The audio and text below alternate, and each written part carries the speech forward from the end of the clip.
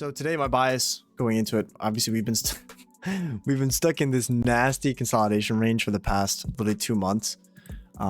So getting bias is always just going to be difficult within this range. There's not going to be a whole lot of clear stuff. You got to cycle time frames. That's a big thing. So as we cycle time frames, I was looking at the 15 and the hourly originally. Not a whole lot I could derive from that. So I zoomed out to the 4 hour. And to me, 4 hour looks bullish. We've got the new week opening gap here being respected with the wick of CPI, right? If you saw yesterday's price action, you know CPI opened up, we dropped down into the new week opening gap, and then the entire rest of the day was spent retracing that entire range, eventually closing above. So as soon as I see a 4 hour SysD, the guys in the PDF know this, that is typically indication of a weekly reversal point. So when I see that, especially that entire CPI range being retraded through in here, that to me is an indication that this is most likely going to be the weekly low if you look at Monday, right? So between Monday and Friday, that's the weekly low. I know we have this new week opening gap, and technically that's the weekly low, but regardless, this is a swing point. So if this is a swing point and I'm expecting expansion the next day, my bias going into tomorrow or going into today from last night was bullish. There's obviously different factors that I'm incorporating as we approach 9:30, but to me, it was kind of clear, okay, if we can retrace that entire range, respecting new week opening gap, consequent encroachment, we're bullish. And on the 4 hour time frame, that to me was confirmed with the fact we had a gap here. We dropped into it with the bullish order block in the CISD, and we closed inside of that candle. So once I see inside of that fair value gap, we're closing there. This is all basically balanced now at this point. We're looking for the relative equal highs above here, right? And that was marked out on the stream as previous week high. So we have buy side liquidity here, time-based liquidity, most importantly, previous week high. And then we had, this is not all-time highs. I mislabeled this. This is just daily buy side liquidity. So we had these levels, obviously all-time highs is up here. These levels were marked out and provided into the daily bias chat. That's what I was looking for. And we go into the 15-minute chart. At this point, you can start to look for things like session dynamics and lower time frame stuff. But inside of London, we came down, we swept out the PM session low. So an important time-based liquidity pool is ran out as we have an opening here, open, low, time-based liquidity pool. So ERL is tagged with the London session 4 a.m. candle. Okay. So that to me is as long as we can get a shift or some sort of indication that price wants to leave out of this, then I would be bullish for the rest of the session, right? I'm expecting that's going to be the daily low. We're going to run for our bias of liquidity pools. So normally what you look for, this is a good point to study. Normally what you look for is there's going to be a CISD or some sort of a swing high right here that's broken. We tag into it and then we shift away. And that would be one way you can look for a shift or a confirmation of reversal. This inversion fair value gap is another one. There's 3 different ones that I typically look for, which is either a market structure shift, CISD, or an IFVG. That's kind of the order of preference as well. So preferably if we have a shift over a short-term high and there's a fair value gap that's placed on top of it, that's the best case scenario we can see. SysD is not bad either. Key being displacement. So any of these confirmation of reversals need displacement for them to be valid. Okay, so normally what you see is a swing high over here that's broken. What you have here is rather kind of like a right side. So if you look at the curve as this is the left side of the curve and this is the right side of the curve, looking at the smart money reversal, normally your shifts will happen from the left side to the right side.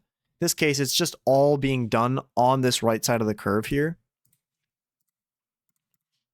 where we have a short-term swing high that's shifted through, right? So we have this kind of expands up, we've got a gap, it retraces into the gap, then expands up again. And this you could use as a market structure shift or a CISD, whatever, just a confirmation of reversal that now likely the daily low has been put in and possibly even the session low, and we're looking for expansion up. Okay, so you have this sweep on a short-term low here and expands up. We've got this volume imbalance in here and also this gap. Okay, and I'm going to point something out in here that I think is important to look at. But we have this short-term dealing range between this short-term high and this short-term low. What the heck? There we go. This short-term high and this short-term low. Dealing range right in there, right?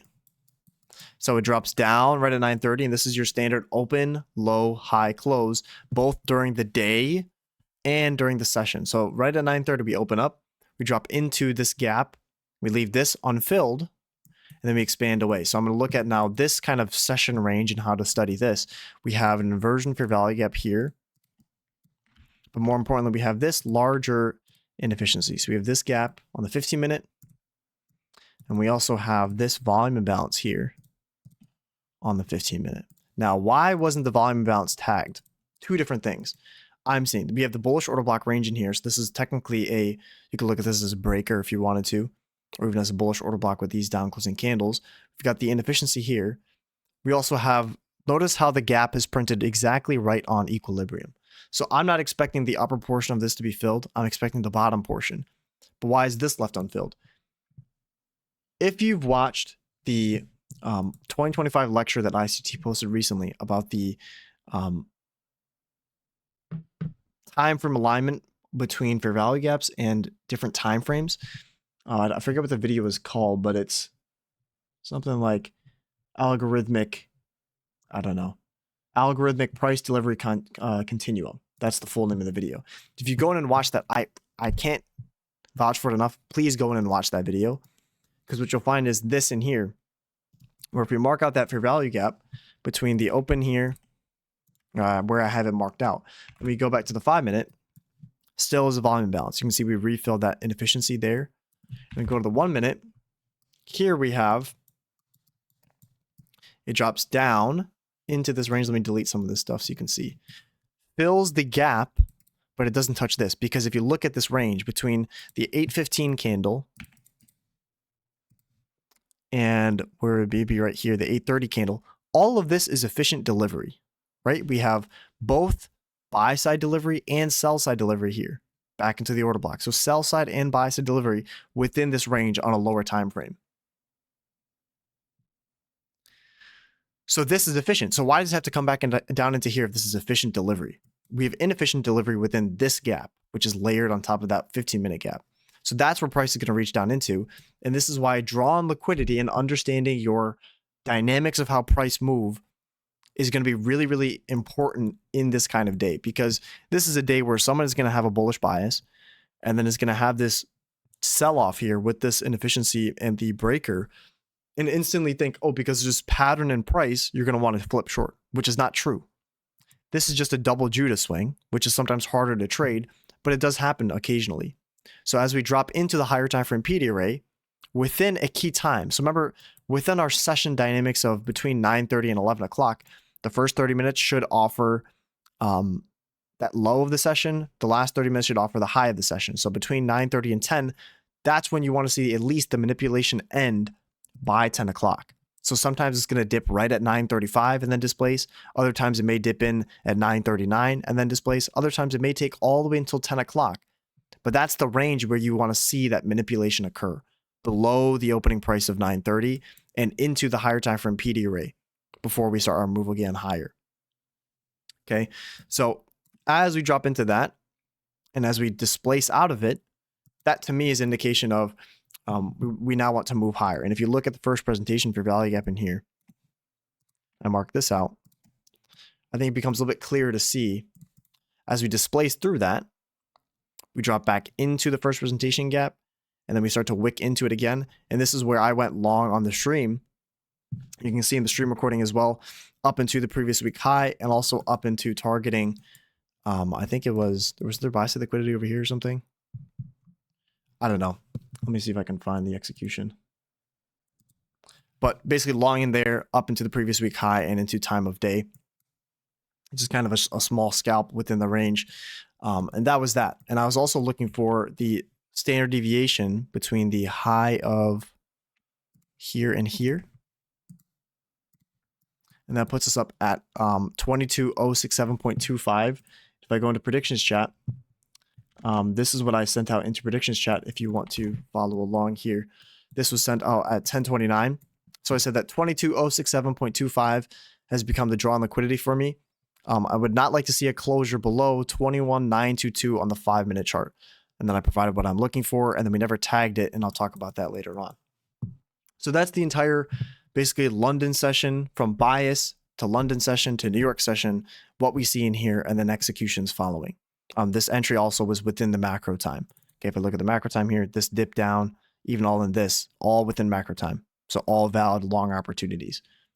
And not also the takeaway from this is not to get tripped up in the lower time frame delivery, but rather still keeping in mind where the higher time frame is delivering, and also being mindful of how the 5 minute is printing. But this opening range standard deviation of -1 becomes my draw on liquidity for the New York session. And if you go back and study this, very, very key kind of level there. Take your lowest low and your highest high between 9:30 and 10 o'clock. And I'm looking for most days -1 standard deviations. You can go back the past 2 weeks and just study that. And I've already provided a video in models and reviews to study if you want to go in and look at that. But that's what I'm looking for, the draw on liquidity. And if we go to the 5 minute chart here, I mentioned that a closure below, it's kind of small, closure below 21,922 on the 5 minute chart. 21,922. So we did have a closure here. And this is an example of where I was wrong, but there's a logic behind it. So 22, what did I say, 22? 21,922, 21,922. So right around here, okay? I'm looking for, we'll say the stop loss line, but I'm looking for up here. Turn some of this off. I'm looking for up here. And also we have this daily bias of liquidity pool. And we fell short. So in the daily profile, sometimes you see this. If you can also split up between AM session, lunch session, and PM session, we have very similar dynamics as we would on the London to New York session. And if you go and you study, I think month 7 content or month 10 content, you'll find stuff like this, where basically it's very, very, you can simplify this. Very simple price mechanics. So we have a nice open low high close and a nice dealing range formed within the AM session, and we fell short of that expected terminus, as well as an expected terminus over here, right? We have a dealing range here between this, look how this short-term low is purged here, and we close back above, and then we display, so we have a short-term low on a sweep on the sell side, and this short-term high. This is a bullish dealing range. If I mark this out, premium to discount, price is going to want to, if we're expected to have another move higher, what? Retrace. We're going to retrace. And look how within this retracement leg, there's a market maker buy model in there, and that's tradable, right? So within here, why do we retrace past my stop loss, or where I was expected not to see a closure below, and into this range here? Because there's a gap here, there's a gap here. Why does it go all the way so far down? Someone who's not looking at this with this kind of mindset of it still wanting to reach higher is going to be wanting to short probably into this and into the relative equal lows down here. If you look at the 15 minute, there's no inefficiency in here. So what would be your next opportunity? The 5 minute. You go to the 5 minute. This is really one of the highest, like really the lowest time frame charts I'm reading to get a daily perspective. Like I can get session perspective, daily perspective, specifically order flow on the 5 minute, because the order flow on the 5 minute, the 1 minute, the 2 minute, the 3 minute, all kind of looks up to the 5. So if I can't frame it on the 5, there's nothing there. So in this case, we have no 15-minute gap there, but what do we have here? A gap, a fair value gap in discount. It's in discount, right? So this gap you can't use. Why? Because it's in premium. This gap also in premium. So if price wants to retrace, what does it have to do? Find fair value in a short-term discount. This is the only gap that's left available. So even though we traded into it, it's still going to be used as a reclaimed fair value gap there to seek this discount and offer fair value and then trade back up. But also look in here. Is there a 15-minute gap? Oh, maybe an implied gap. Oh, there's this 15-minute gap right there. Yeah, you're also right. If you look at the 5 minute, I want you to study this range in here. So if you go back to the 1, switch this to this color. You go back to the 1, most of that efficient delivery, actually on the 5 as well, you can kind of see in here, we have a closure in here, right? This upper portion becomes efficient delivery. So the inefficient section would be the wick. This is inefficient, right? We know wicks are inefficient price pools. So if you mark this out, extend it out. It closes below in the inefficient portion just to fill it one more time and re-deliver this inefficient area, right? Buy side imbalance, sell side inefficiency. Re-tagging that inefficient section. Also, it just wicks slightly past CE of that wick. And then now this is where you complete the market maker buy model. What is key in here? Time. So between 12 o'clock and 13 o'clock and 1300, you have the lunch session. Lunch is going to run stops that was created typically during the AM session. Sometimes it can expand, but most times you want to see it run stops during the New York session or just kind of continue a move. So you're not going to be trading between 12 and 1300. The PM session typically starts, like most people will say, it starts around 1330. That's where you'll start to hunt for setups. After 1330, just like 830 here, you want to hunt for setups after that. So lunch session consolidates, and then eventually we run out that consolidation low into the discount array. What are you looking for? A shift. So we got to wait for a shift in market structure. Here we have a CISD. It's not really the best because there's no inefficiency that's formed over here, but we have a down closing candle that started to move into the higher time frame PD array, and then it displaces and closes above. There's no gap though. Back on the 1 minute, now you have what? Original consolidation below a higher time frame PD array in the form of this swing high or even this swing high over here. And then you can kind of see the market maker buy model that's forming. Right, so on this point, here's 1330 is right here. So this is where you can start to look for setups. Same kind of fractal move here. So you look to the left, there's a short-term low, a discount array. We drop down into it. There's a tiny gap there, but more importantly, we sweep out that short-term low. That's another discount array. And then we displace up. And then on a 15-second chart, if I go back to here,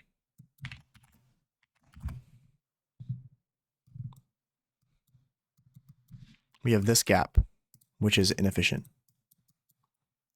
So you got to really, really get to a lower time frame, but you have a gap there that's being reused after we have this kind of fractal move in the market, right? The higher time frame move here, dips into the higher time frame PD array, same thing in here.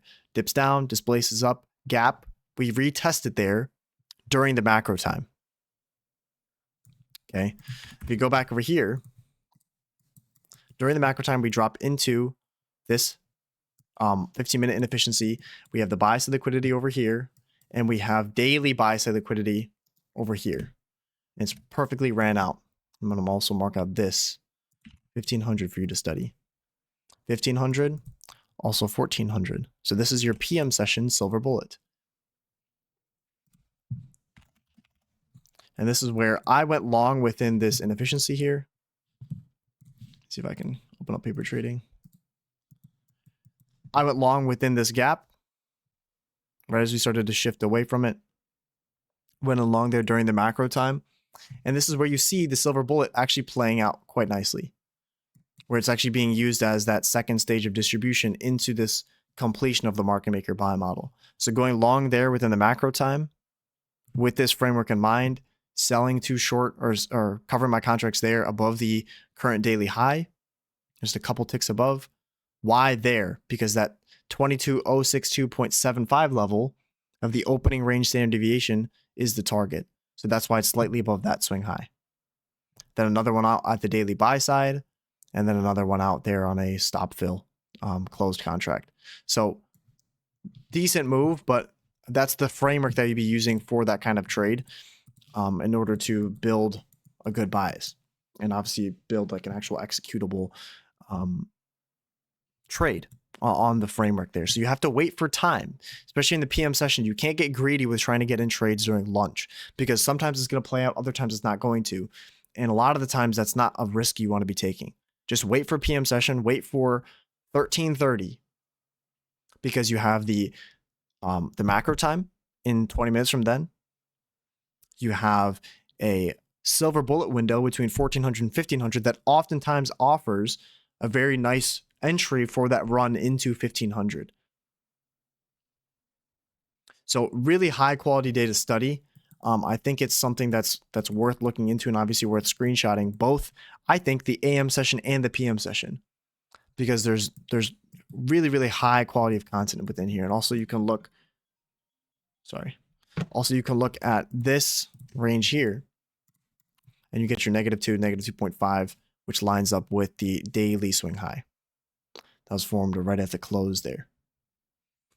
And this would be the last manipulation leg before that move higher. You also could be using this over here.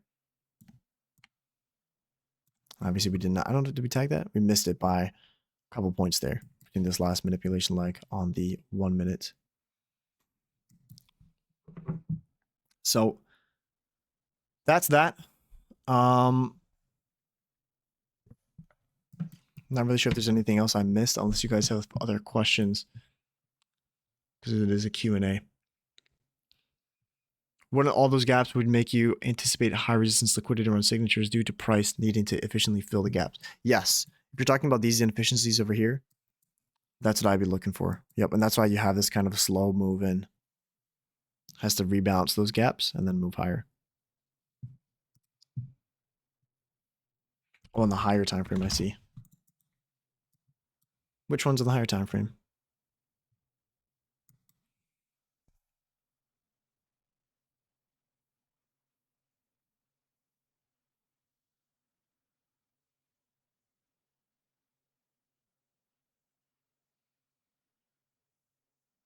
Oh, I see. Yeah, I see. You could. You're talking about. Yeah, it's harder to use. He's talking about this shift over here, or even the shift on the 15-minute.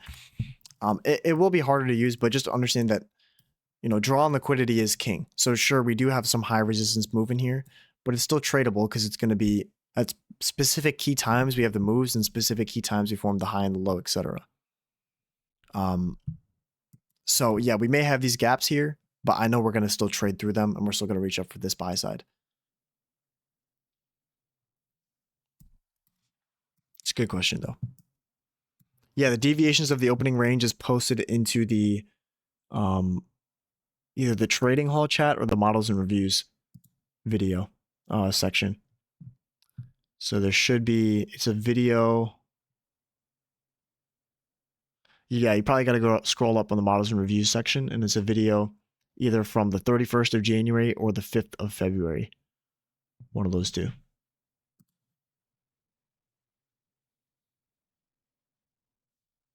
Should do 15-second tape read videos. I could. London session tape read on the 15-second. Flux on the 5-minute, look at the 345 high and 4 o'clock low of the day. Is that value manipulation leg? It would be, but it's not. I mean, like, yeah, you could, but the only issue there is, I mean, I guess you get this -4 that lines up, which that would be really the only useful point of information here, right? So, but I mean, that's kind of just subpar. I don't really like that much. Just visually looking at it, like I like to see like a better, I don't know. Like I feel like if you know what I'm talking about, it just doesn't look clean. It's just weird, right? Bias going to tomorrow. It could be either.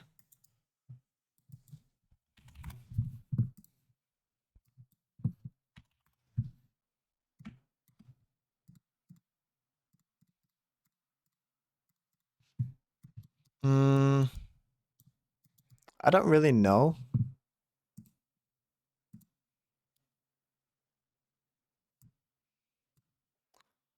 I mean, I don't look at this as SMT, because the next day very well could pump above this. So don't look at this as SMT unless we get a closure below. So I don't really have a bias going into it. It's very possible we go for all-time highs just looking at the ES chart. So you got to be mindful of that.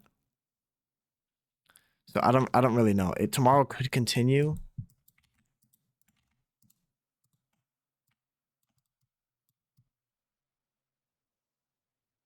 Yeah, we need to see where we open up. If we open up here within this -1 to -1.5, look for just expansion up. I'll be bullish probably into tomorrow, into the buy side and the -2, -2.5. If we open up here, if we don't open up there and we're back into the range, to be honest, I'm probably not going to trade I don't know. It's I'm gonna have to wait for more data. Like, gun to my head, I'm bullish, but it depends on the week. Just weird weekly profiles. You can't really do much, you know. Why didn't the 933 and 931 1 minute fair value gap not hold if 830 manipulated below? Because we had to retrace into discount first. So the draw on liquidity was this discount inefficiency. And as we drop into that, that becomes the first POI, right? Because draw on liquidity is king. So although we have these signatures in price, this is the draw. So it runs up, it tags what?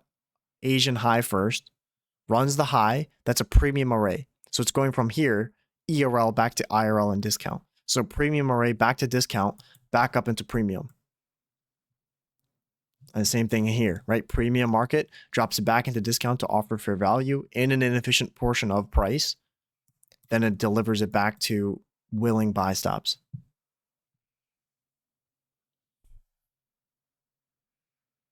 Can you go over some examples of knowing when price needs to deliver to an imbalance before moving to your draw on liquidity, so you know when you can long in a premium and short in discount in terms of like balance price? It's just going to be really at your key times. So within the New York session, a lot of times we will have that retracement occur at 9:30 or at 8:30. So when it happens, if I don't see that retracement going into 9:30, then 9:30 is going to start that retracement like into discount and then move us higher. If maybe 8:30 actually has an actual retracement into discount and then we move higher off of that, then I'm expecting 9:30 to expand. All right, that's what I'm saying. Like if one news driver manipulates or one news driver expands, the next one should do this. So sometimes you're going to get it wrong, which is fine. But a lot of times at that start of the session, if 8:30 hasn't done much, then that's why I'm expecting that to drop down into the gap. And a lot of times that's why your profiles will all be something like this, right? There's a gap there. Or even this profile, like a New York Open reversal profile, a lot of the times if you look at it, that's going to be what? A higher time frame inefficiency here, or sell side. Using that analogy, wouldn't you say price closed in a premium? Yeah, current day it did close in a premium. We are in a premium market. Right, above buy side is always premium market. So price is in a premium. The question is now, do we want to retrace back into discount? But look at this. Okay. We are in a consolidation range. What follows consolidation? Expansion. I don't know if we're going to expand up to the buy side. Then you have two options. It's either reverse or retrace. So we just took it out the original consolidation high. We just purged the high of the consolidation. Now you got to watch to see, did we react off of this and start to move lower? And then we can target the weekly sell side? Or do we pop up higher first? I think both sides have to go. I don't think we leave this here and we leave this here. I honestly think that both sides have to go. It's just a matter of when.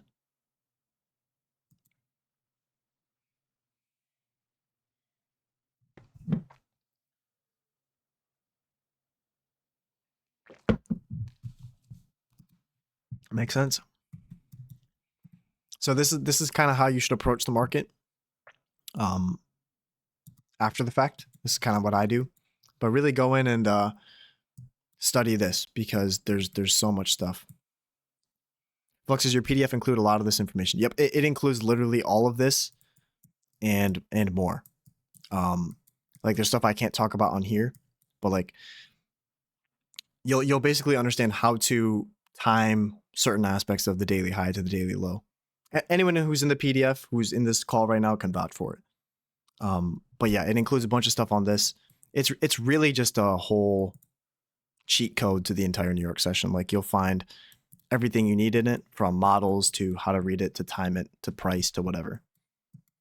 And we're constantly adding new stuff inside the PDF group. So if you want to check that out, reach out to me or one of my admins. But yeah, like I was saying, this day is pretty solid to study.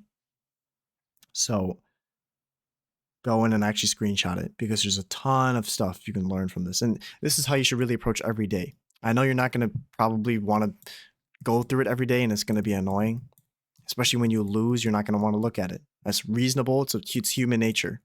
But what you got to do to get good at this is go in and actually study these days. So after the day is finished, most times, even if I'm not screenshotting it and putting it in my Notion, I'm still reviewing it like I am here. And for me, this is just a way of streaming, of just keeping myself accountable, because I know if I have to stream on it, I got to explain it and understand it with a great detail of great level of understanding, right? In order to teach effectively through this. But I'm also learning from this kind of day. I'm actively kind of picking up on this, and then I try and memorize entire weeks of price action. So whatever the current week is, I try and memorize what happened on Monday through whatever day. So today is Thursday. Between Monday and Thursday, I'll try and memorize that. So until Friday, I probably should have the entire weekly candle kind of printed out in my mind. And that's a good practice you should do as well. Like I know yesterday, what did we do? We dropped down on 8:30, expanded up. London profiling guide coming when? Maybe. I got to study it. Probably do it in, I don't know, you can give me a month, I'll probably for sure have it. But for right now, it's not a priority for me. So I'm not going to work on it too much. I've got some other stuff I'm cooking up, lower time frame stuff. And some things related to time. So that may come out soon. I don't know. I need to collect more data on it, but that'll be a good video. Correct. Yeah. Timing on the seconds chart, 15-second and 5-second chart. But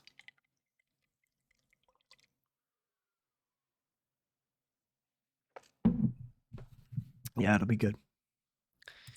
So take care today. Tomorrow, we probably will have a stream. It'll be based on price action, but we'll see. Yeah, when's the collab with Turbo? I don't know, man. The man's been AFK. I miss him. W guy. But yeah, so go in and screenshot this if you haven't already. Tomorrow, be safe. Don't do anything stupid. Take care of yourself the rest of the day. If you got to move the snow, I feel you. If not, enjoy your nice weather. So, yeah, take care, and I'll talk to you guys soon. Peace.